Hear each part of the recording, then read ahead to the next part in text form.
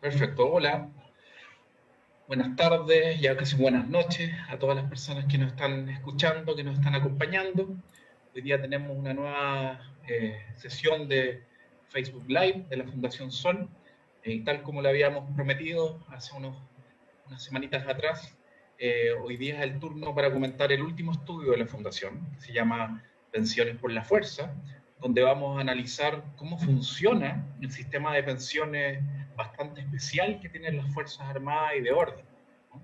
Es un sistema de pensiones que data de hace muchas décadas atrás, que prácticamente no ha sufrido cambios, a pesar de que la mayoría de los chilenos y chilenas se les obligó a partir del año 1981 a cotizar en un sistema de administración privada, de cuentas individuales, un negocio de las pensiones, y tenemos al mismo tiempo un paralelo a este régimen especial.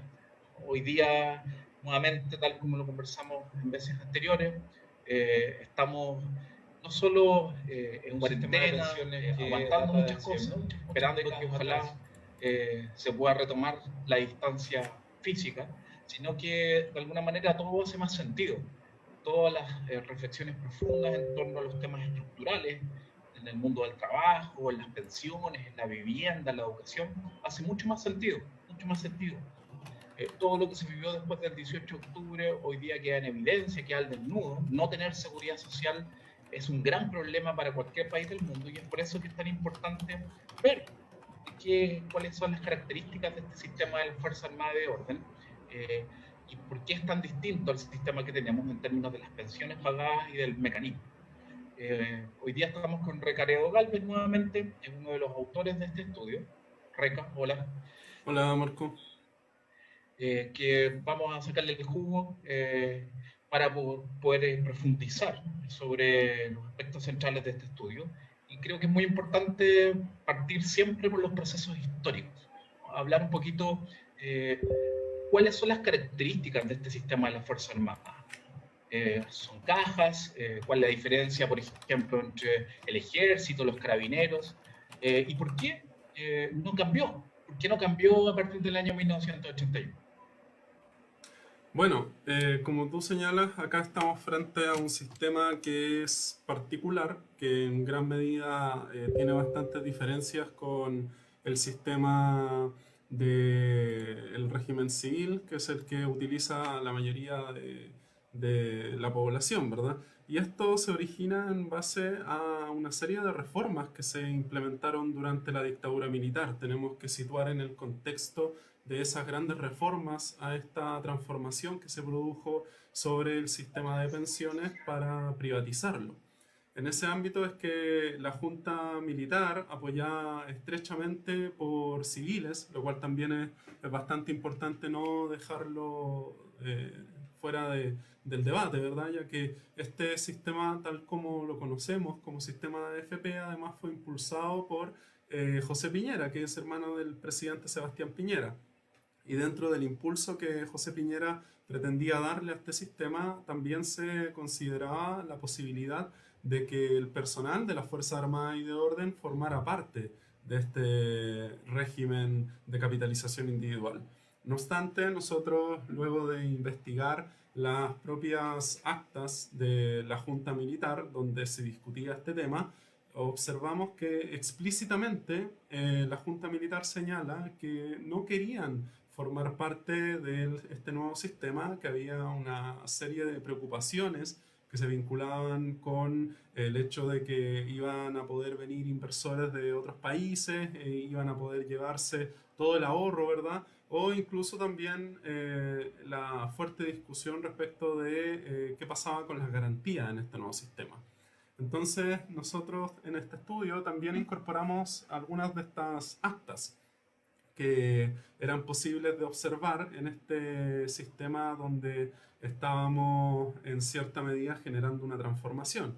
Y dentro de esas actas lo que se ve es que la Junta Militar busca que en la redacción del nuevo proyecto de ley, que en el fondo, o más bien dicho, proyecto de ley no había en esta época, no olvidemos que eran decretos, en la redacción del decreto y de todo el proceso se señalara que en cierta medida se iba a generar este sistema para la población civil, pero la población militar iba a quedar restringida al sistema que estaba utilizando en ese momento y la idea era que la ciudadanía no notara mucho este cambio. ¿Ya? Incluso así lo dice explícitamente Pinochet, en términos de que la idea es que no se note qué es lo que ahí se intentó. Y esto como vista o como valoración, ¿verdad? De este sistema no es algo que solamente haya hecho la dictadura militar.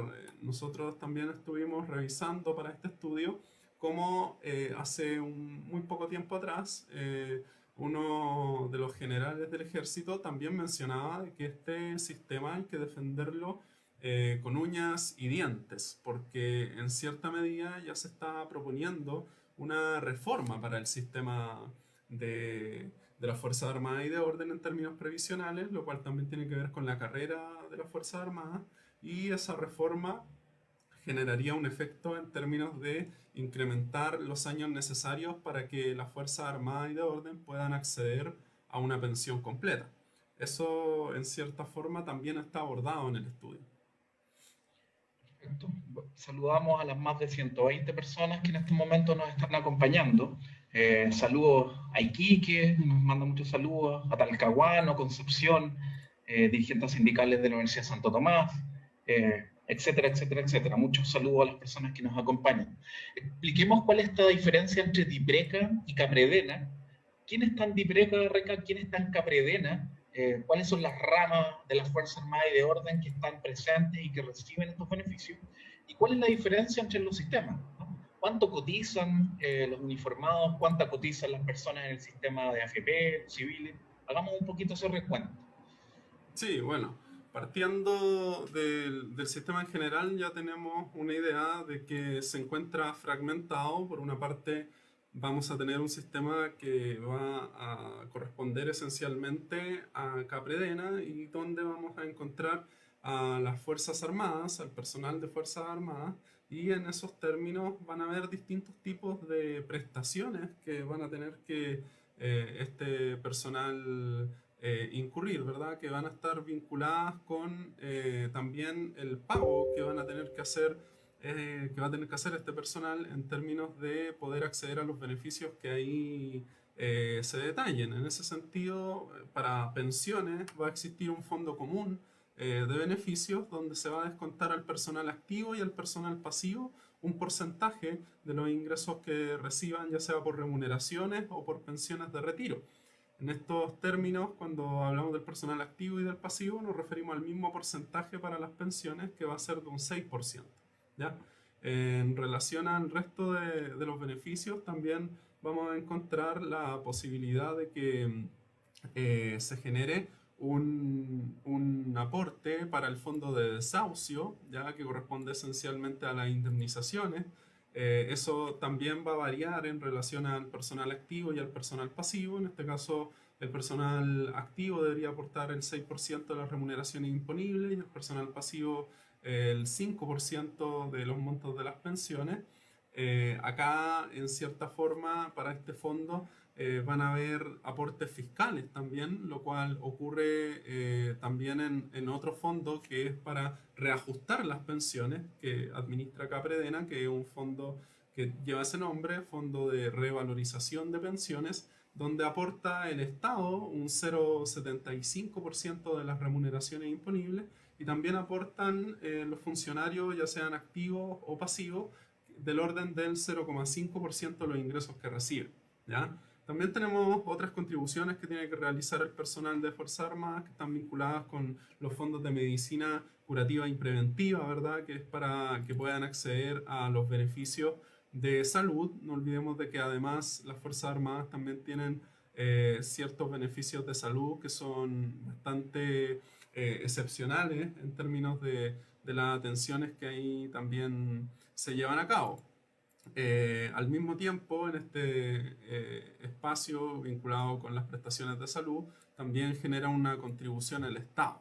¿Ya? O sea, acá por lo menos estamos viendo de que en distintos fondos que están orientados a brindar ciertas protecciones de seguridad social a las Fuerzas Armadas, en este caso a través de Capredena, existe un aporte tanto del personal activo como del Estado, ¿ya? Entonces, aquello en cierta medida es relevante porque podemos hacer inmediatamente el contraste con el caso de nuestro país, ¿verdad? Bueno, que es el caso del que estamos hablando, pero el caso de la capitalización individual o las AFP, donde aporta únicamente el trabajador o trabajadora y el aporte que realiza el empleador es bastante marginal y va destinado principalmente al seguro de invalidez y sobrevivencia. Ese en general es el caso que hemos comentado que está vinculado a Capredena. Ahora sí, vemos el caso de Dipreca. También vamos a observar una estructura que es similar en términos de lo que tiene que ver con los aportes, ya que por una parte van a estar los aportes que realiza el personal activo, los cuales también son variados. En este caso, cuando hablamos de DIPRECA nos estamos refiriendo principalmente al personal de las fuerzas de orden, es decir, carabineros, investigaciones y gendarmería. Y en estos términos lo que tenemos es que vamos a tener presente primero una cotización para el Fondo Común de Pensiones que va a ser del orden del 5,95% de las remuneraciones imponibles o del monto de pensiones que reciba, en este caso, la persona que se encuentra en pasiva, ¿verdad? Y en el caso de carabineros, van a tener que aportar también, tanto como investigaciones y gendarmería, a otro fondo que va a ser el fondo de desahucio, donde también tienen que aportar el 5% de las remuneraciones imponibles, pero en el caso de gendarmería es un 6%, ya para investigaciones y carabineros va a ser un 5%. En este caso, DIPRECA también cuenta con un fondo revalorizador de pensiones, donde tienen que contribuir al menos el 1% de las remuneraciones imponibles, pero en este caso no contribuye el personal pasivo, ¿ya? Y al igual que en la estructura de Capredena, en el caso de DIPRECA vamos a tener también la presencia de un fondo de medicina curativa de salud, que es donde deben contribuir, en este caso, los funcionarios también para poder acceder a ese tipo de beneficios. Claro, es importante constatar que efectivamente, mientras Capredena están la Fuerza Aérea, ¿no? El Ejército, como bien tú decías, en DIPRECA está Carabineros, Investigaciones, Gendarmería, y también hay diferencias internas. Vamos a ver ahora, a comentar, para entrar en áreas chicas, el monto de las pensiones involucradas. Y aquí algunas personas nos informan, por ejemplo, que en términos administrativos se replican los problemas de la centralización y la descentralización.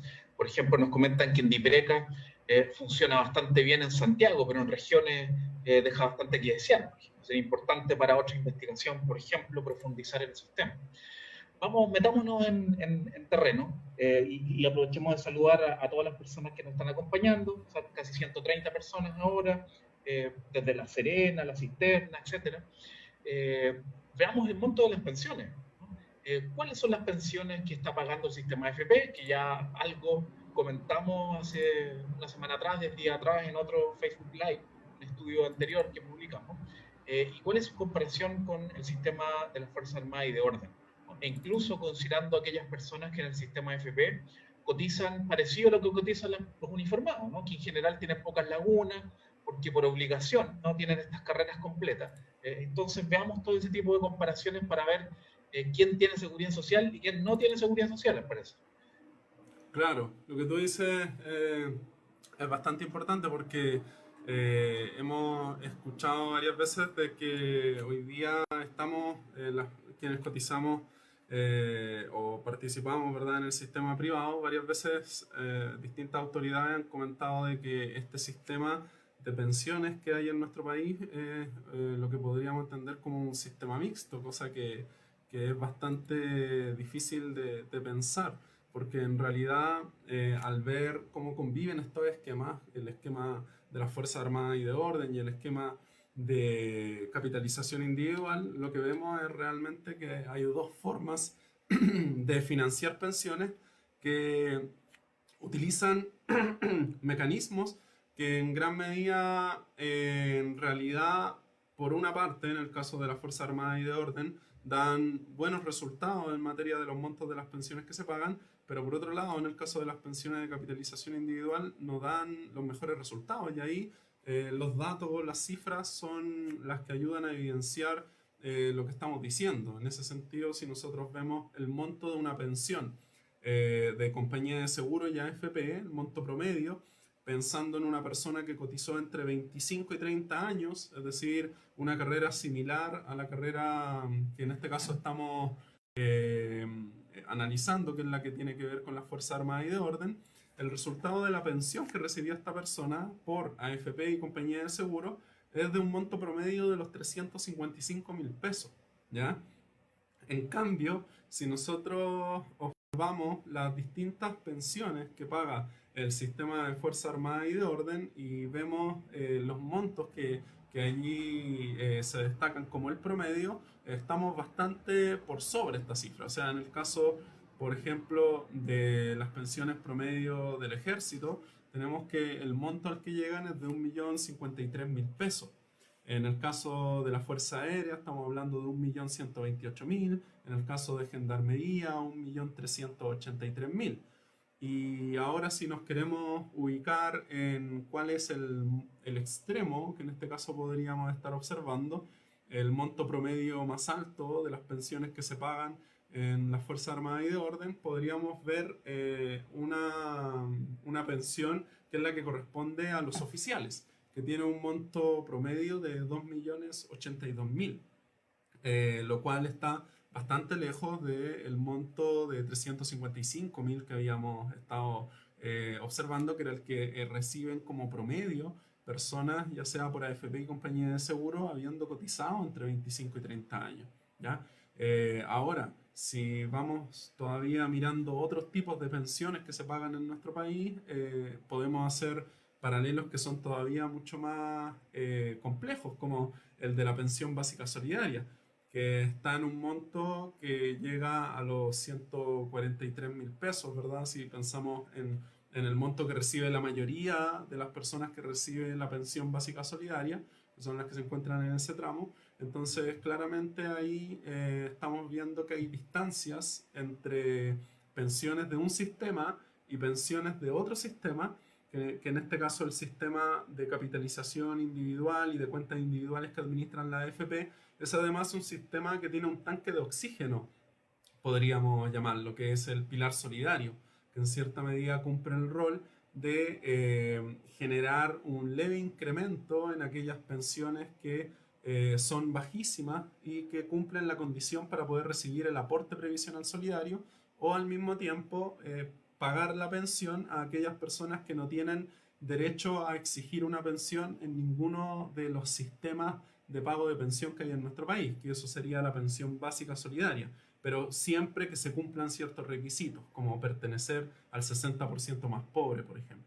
Entonces, en ese ámbito, lo que vemos ya son dos diferencias. O sea, por un lado, hay una diferencia de estructura, como analizábamos inicialmente, en términos también de aportes. Acá aporta el empleador, se podría decir el Estado, que al mismo tiempo, llevándolo al ámbito civil, esto no se produce de la misma forma. El Estado, siendo empleador, por ejemplo, de miles de trabajadores honorarios incluso, tampoco genera ahí un reconocimiento de la obligación previsional.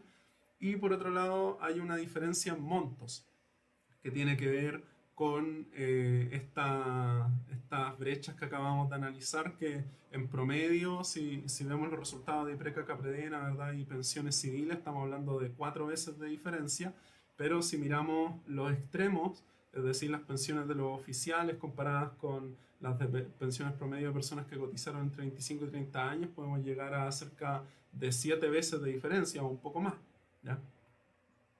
Así es. Es importante volver a hacer un énfasis en las cifras que nos entrega Recaredo. Cuando consideramos el monto promedio de las pensiones que pagan las AFP y las compañías de seguro que pagan rentas vitalicias, que en general son más altas que los retiros programados. Incluimos también a las pensiones anticipadas, que para anticiparse, para tener una jubilación anticipada hay que tener un monto ahorrado mayor. Llega a los 355.000 pesos cuando consideramos a las personas que cotizan entre 25 y 30 años. ¿Por qué? Porque con 30 años, una carrera completa en las Fuerzas Armadas, se puede obtener el 100% del último salario, una tasa de reemplazo del 100%.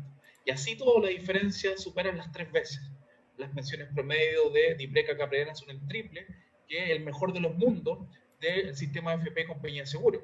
De hecho, en el estudio que mostramos las semanas anteriores, constatamos que en el sistema AFP compañía de seguro, en torno a un 6% de las pensiones pagadas totales son superiores a 500.000 pesos. Esa es la realidad del sistema de cuentas individuales. Probablemente, Reca, alguien podría decir, y hemos escuchado este tipo de análisis o críticas, de que los uniformados, las personas que trabajan en las Fuerzas Armadas y de Orden, tienen una carga laboral enorme, tienen que estar disponibles 24/7 y por eso requieren un sistema especial, ¿no? Hablemos un poquito en términos bien generales qué pasa en otros países, ¿no? De qué manera se trata a este tipo de trabajo que tiene condiciones especiales, que no solo está en la Fuerza Armada y de Orden, ¿no? Sino que lo podemos ver en distintas partes de nuestra sociedad. Claro, eso también es importante. Nosotros hemos realizado indagaciones en distintas fuentes, incluido el Banco Mundial, lo cual es bastante interesante porque el Banco Mundial en el 2014 realizó un análisis de la perspectiva comparada de los sistemas de pensiones a nivel mundial y propuso un esquema basado en pilares. Entonces, teniendo eso en cuenta, es que el Banco Mundial comenzó a analizar distintos sistemas de pensiones en el mundo y pudo llegar a la conclusión de que existía una gran cantidad de países que tienen regímenes especiales, pero estos regímenes especiales no son necesariamente o estrictamente regímenes vinculados a las Fuerzas Armadas. Incluso, según lo que nosotros pudimos ver, de los más de 140 países que el Banco Mundial estudió, por lo menos 77 tenían a las Fuerzas Armadas y de Orden en un régimen exclusivo y similar al caso chileno. Entonces, claro, en términos de tener condiciones especiales, eso no es lo que en cierta medida no se da en otros casos. Lo que sí no ocurre en la mayoría de esos casos es que tengan condiciones tan especiales las Fuerzas Armadas que sean completamente distintas de la población civil. Es más, a partir de este mismo estudio que estamos comentando, que si observan la investigación Pensiones por la Fuerza, ahí también citamos esta investigación del Banco Mundial, y a partir de ella también era posible darnos cuenta de que el 95% de los países del mundo tiene una base de pilar uno o pilar público de sustitución de ingresos. Es decir, un pilar que está pensado esencialmente para que las personas puedan realmente vivir en la vejez una vez que han terminado su actividad laboral y es necesario, ¿verdad?, que sustituyan el ingreso de la actividad laboral por un ingreso de pensión, en este caso. Entonces, ese planteamiento, como decía, se cubre en la mayoría de los países a través de sistemas públicos. Y en paralelo puede operar también un sistema como el de las Fuerzas Armadas, pero en muchos casos van a ser sistemas que van a compartir la forma de recaudación y de pago, en este caso basada en el reparto solidario. También muchos países tienen esquemas especiales para trabajadores y trabajadoras por cuenta propia. Eso también resulta interesante. También hay esquemas especiales para trabajadores y trabajadoras del mar. En algunos países hay esquemas para quienes están en el Parlamento, que son esquemas totalmente especiales, y así va variando. En el fondo, lo que podemos sacar como aprendizaje de la experiencia internacional es que cada país debe poder ser capaz de diseñar su esquema de financiamiento de pensiones y de tener un objetivo respecto de qué es lo que se le va a exigir al sistema de pensiones de cada país.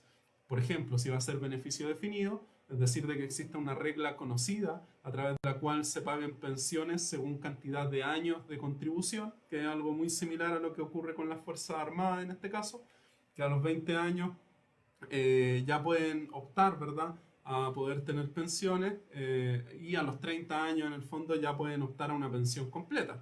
Entonces hay varios países que tienen reglas similares. Según una cantidad de años cotizados se puede acceder a una pensión, a una fracción de la pensión, a un porcentaje de reemplazo del salario, o llegando a una meta también se podría acceder a una pensión completa. Esto es algo que en nuestro país muy poco se habla porque hace décadas que no hemos hablado también de seguridad social en realidad.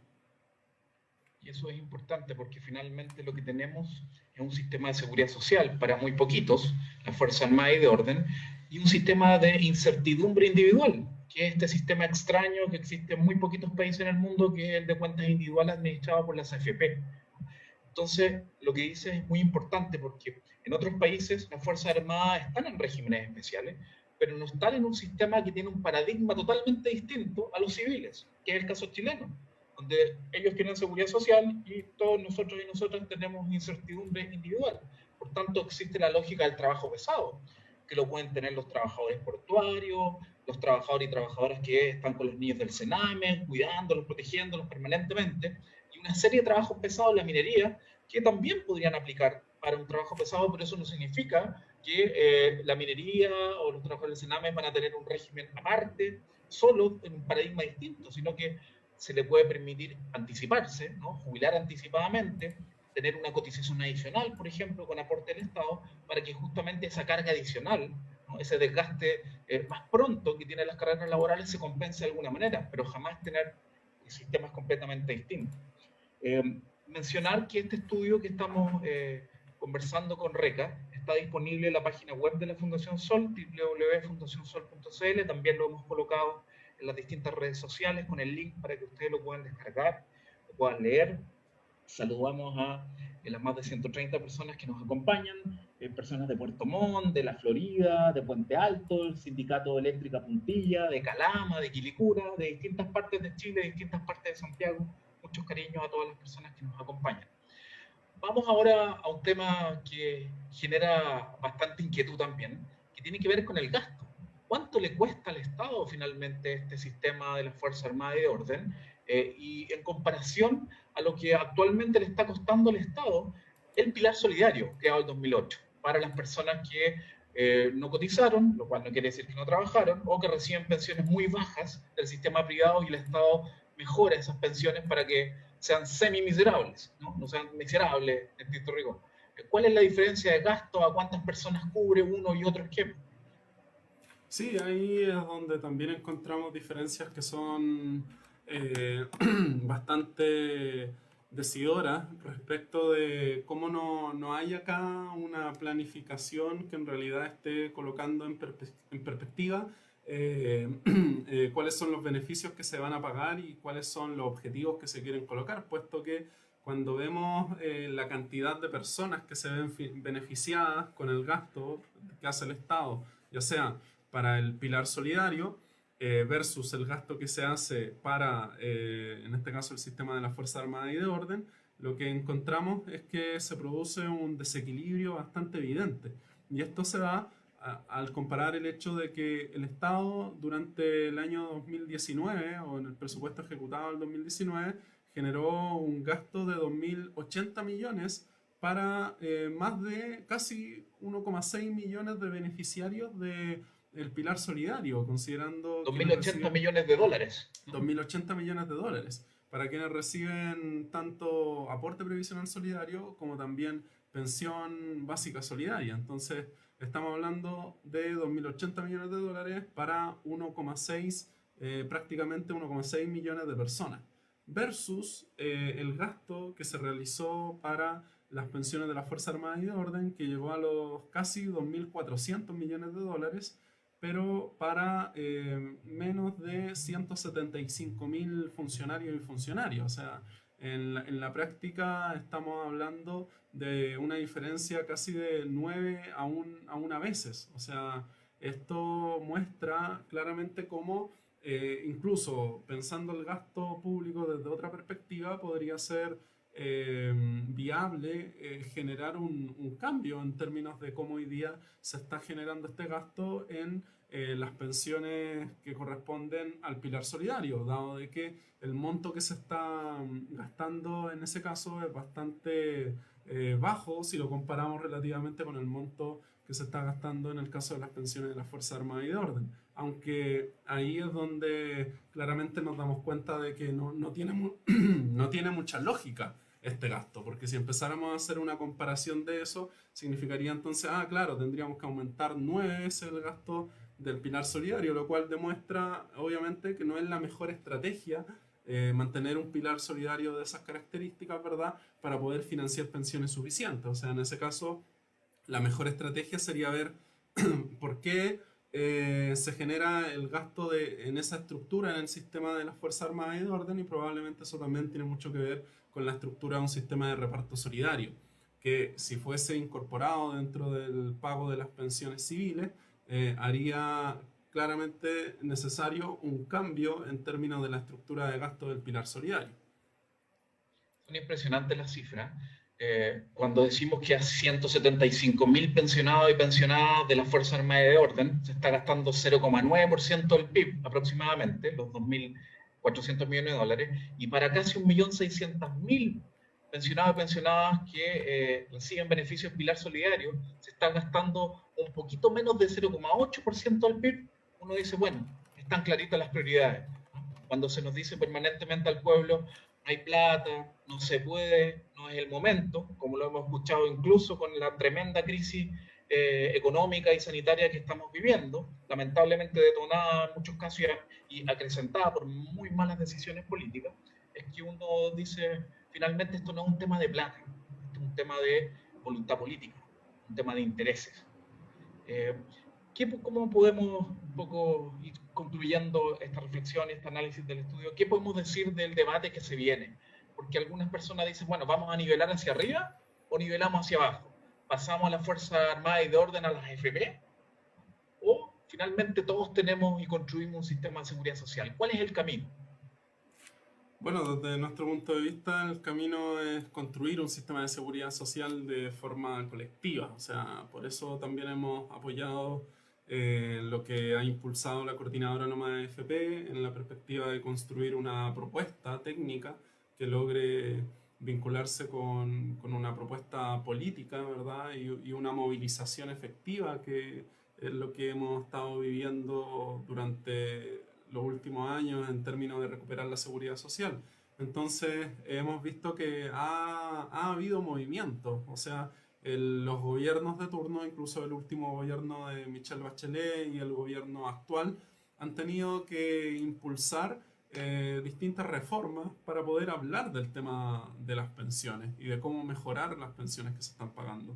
El tema es que estas reformas que se han planteado son reformas que no logran resolver el problema de fondo. Y ese problema de fondo es que las cuentas individuales ya no dan para más. En cierta medida, lo que es necesario ahora es pensar en un sistema que realmente tenga como objetivo la seguridad social y sobre todo el financiamiento de pensiones suficientes. Es decir, un objetivo al cual las personas estén observando mientras construyen su carrera previsional. No está, hoy día estamos realmente en un proceso de incertidumbre hasta el momento en el que comencemos a recibir la pensión, debido a que depende el monto de la pensión de una serie de factores, dentro de los cuales uno de los más relevantes, ¿verdad?, es cuánto logramos acumular, y eso depende del ritmo de las inversiones que se realiza con nuestros propios ahorros,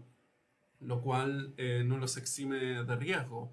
Entonces estamos ahí ante una situación que en estudios anteriores hemos eh, planteado que se da en parte debido a que actualmente se genera un importante beneficio a través del fondo de pensiones de las y los trabajadores, que es el beneficio que tienen los grandes grupos económicos que reciben inversiones de parte de ese fondo de pensiones en varias de sus empresas.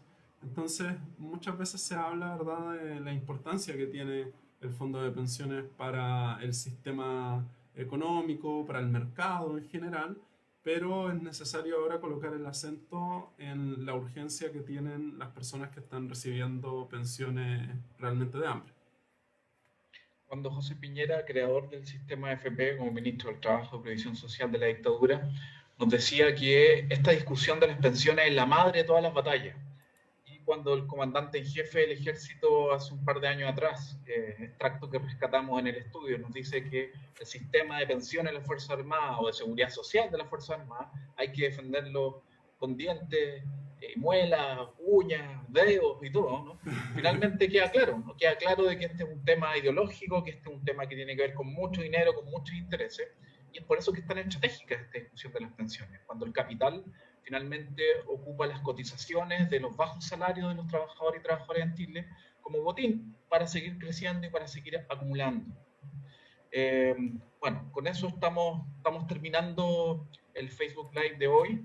Espero que les haya ayudado para entender un poco mejor cómo funciona este sistema y cuáles son las paradojas que se dan, los contrastes gigantescos que se dan con el sistema que obligadamente el resto de las personas están. Es muy importante hacer estas reflexiones porque nos permite pensar de que necesitamos con urgencia otro sistema, ¿no? Y así como algún grupo específico de la sociedad se resistió y dijo, yo no me cambio este sistema, y el presidente de la República, la dictadura en ese momento dijo, tratemos de mostrar esto de una manera distinta para que no se vea tan feo que nosotros nos quedamos afuera. Bueno, es el momento de recuperar esa discusión democrática y crear un sistema totalmente distinto, ¿no? Te agradecemos, Reca, por todo el análisis profundo y también aprovechar de mencionar que prontamente, la próxima semana, probablemente vamos a estar en un nuevo Facebook Live donde vamos a estar comentando un nuevo estudio de la Fundación Sol que tiene que ver con las políticas laborales que se están aplicando, muchas de ellas pasando muy rápido, políticas laborales que tienen que ver con los salarios, con los despidos, con el seguro de desempleo, con los sindicatos. Un adelanto, Reca, ¿de qué se trata el estudio?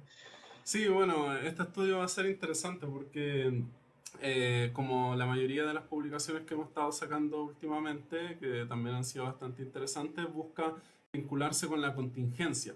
Entonces acá vamos a tener datos de cuántos sindicatos hay hoy día en Chile, ¿verdad? Cuántos se encuentran activos y de qué tipo son y en qué regiones.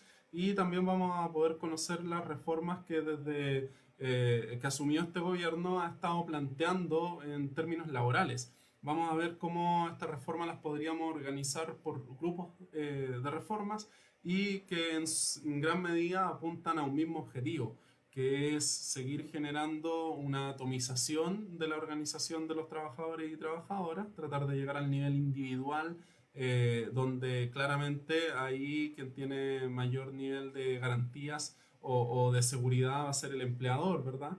Y en gran medida invitamos a que estén atentos a este estudio que al igual que los que hemos estado publicando se financia esencialmente con las microdonaciones que realizan las personas que hasta el día de hoy no hacen su aporte. Entonces la invitación también es a continuar con ese apoyo. Muchas gracias, Reca. Y para despedirnos, saludamos a algunas personas que están acompañando de los espejos, a Chile Actores, ¿no? Sindicato de los Actores y Actrices de Chile, también que nos acompaña. Y como siempre, les deseamos que ojalá estén bien en sus casas, que nos cuidemos mucho, ¿no? Nadie nos va a cuidar. Al parecer, los intereses, como siempre, de quienes tienen el poder están en otra parte. Recientemente nos hemos enterado anoche de que hay que conformarse para una cantidad importante de hogares en Chile con aportes en torno a los 100.000 pesos por persona y eso ya es lo máximo que en Chile se ha podido entregar en las últimas décadas y no nos queda más que celebrar, cuando ni siquiera permite superar algo tan básico y un estándar tan básico como la línea de la pobreza. Hablamos del ingreso familiar de emergencia, que probablemente también la próxima semana lo tocaremos entre las distintas políticas laborales que se han implementado. Un fuerte abrazo a todos y a todas las personas que nos han acompañado, a cuidarse mucho y nos vemos en una próxima sesión de Facebook Live de la Fundación Sur. Chao, chao, que estén muy bien. Chao, Reca. Chao.